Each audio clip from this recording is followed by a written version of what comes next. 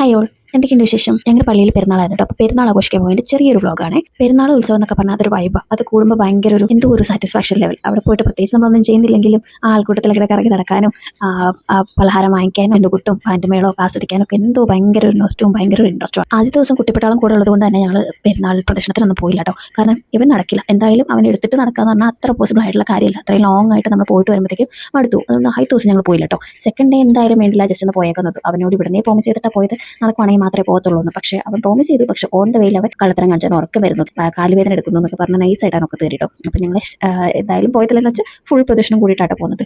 പിന്നെ ഞങ്ങൾ പോകുന്ന വഴിക്ക് ഇങ്ങനെ ടാബ്ലോ എന്ന് കിട്ടുന്നത്, നിങ്ങൾ ഈ സ്റ്റില്ലായിട്ട് ഇങ്ങനെ ഓരോ സിറ്റുവേഷൻസും അഭിനയിച്ച് ഇങ്ങനെ വെച്ചിട്ടുണ്ടാവും. അപ്പോൾ ആ ഒരു ഇത് കാണാൻ നല്ല ഭംഗിയാണ് കേട്ടോ. അങ്ങനെ കുട്ടിപ്പട്ടാളത്തൊക്കെ വീട്ടിലാക്കിയിട്ട് ഞങ്ങൾ വീണ്ടും ജസ്റ്റ് ഒന്ന് പള്ളിപ്പെരുന്നാൾ കൂടാനായിട്ട് വന്നിട്ടോ. അപ്പം അവിടെ കലാശക്കൊട്ട് പോലെ ലാസ്റ്റ് ആയിട്ടുള്ള പരിപാടികളൊക്കെ നടക്കുമായിരുന്നു കേട്ടോ. ചെണ്ടകൊട്ടും പാൻറ്റുമേളും ഒക്കെ. അപ്പോൾ ഞങ്ങൾ ഫസ്റ്റ് ചെന്നപ്പോൾ ചെണ്ടകൊട്ടായിരുന്നു, നല്ല രസമുണ്ടായിരുന്നു കാണാനായിട്ട്. കുറച്ച് കഴിഞ്ഞ് പാൻറ്റുകാർ വന്ന് തുടങ്ങിയപ്പോൾ ചെണ്ടകൊട്ട് കാണാനില്ല. ചെണ്ടകൊട്ട് പാൻറ്റിൻ്റെ ഇടയിൽ മുങ്ങിപ്പോയിട്ടാണ്. പെരുന്നാൾ തുടങ്ങി അന്നോട്ട് തുടങ്ങിയ കേട്ടോ ഐസ്ക്രീം തീറ്റ. എന്തൊരു ചൂടാണ്, ചൂടത്തിരുന്ന് പുഴുങ്ങുമല്ലേ. അതുകൊണ്ട് ഞങ്ങൾ എല്ലാ ദിവസവും ഐസ്ക്രീം കഴിക്കണം കേട്ടോ. ഇനി ഇന്നോട്ട് വേണം ഷുഗർ കട്ട് ചെയ്യാൻ. അങ്ങനെ ഉത്സവവും പെരുന്നാളും വിഷുവും എല്ലാം കഴിക്കും. ഇനി ഓണത്തിനായിട്ടുള്ള കാത്തിരിപ്പാണ്. പിന്നെ പള്ളിപ്പെരുന്നാളിന് വരുന്ന കടകൾ എപ്പോഴും നഷ്ടമാണ്. പണ്ടൊക്കെ കുറേ വാങ്ങിച്ചിട്ടുള്ള, ഇപ്പം അതിൽ വാങ്ങിക്കാൻ ഇൻട്രസ്റ്റ് ഇല്ല. എന്നാലും കുഞ്ഞിന് വേണ്ടിയിട്ടുള്ള കളിപ്പാട്ടങ്ങളും സാധനങ്ങളൊക്കെ വാങ്ങിക്കാനും ഞങ്ങൾ പോയിട്ടോ. അത് വാങ്ങിച്ച് പിന്നെ ഒരു ഐസ്ക്രീമും കഴിച്ച് അതിൽ കുറച്ച് നേരം കൂടെ തകർന്നു നടന്നിട്ട് ഞങ്ങൾ പോകുന്നു കേട്ടോ. അപ്പോൾ അത്രയേ ഉള്ളൂ.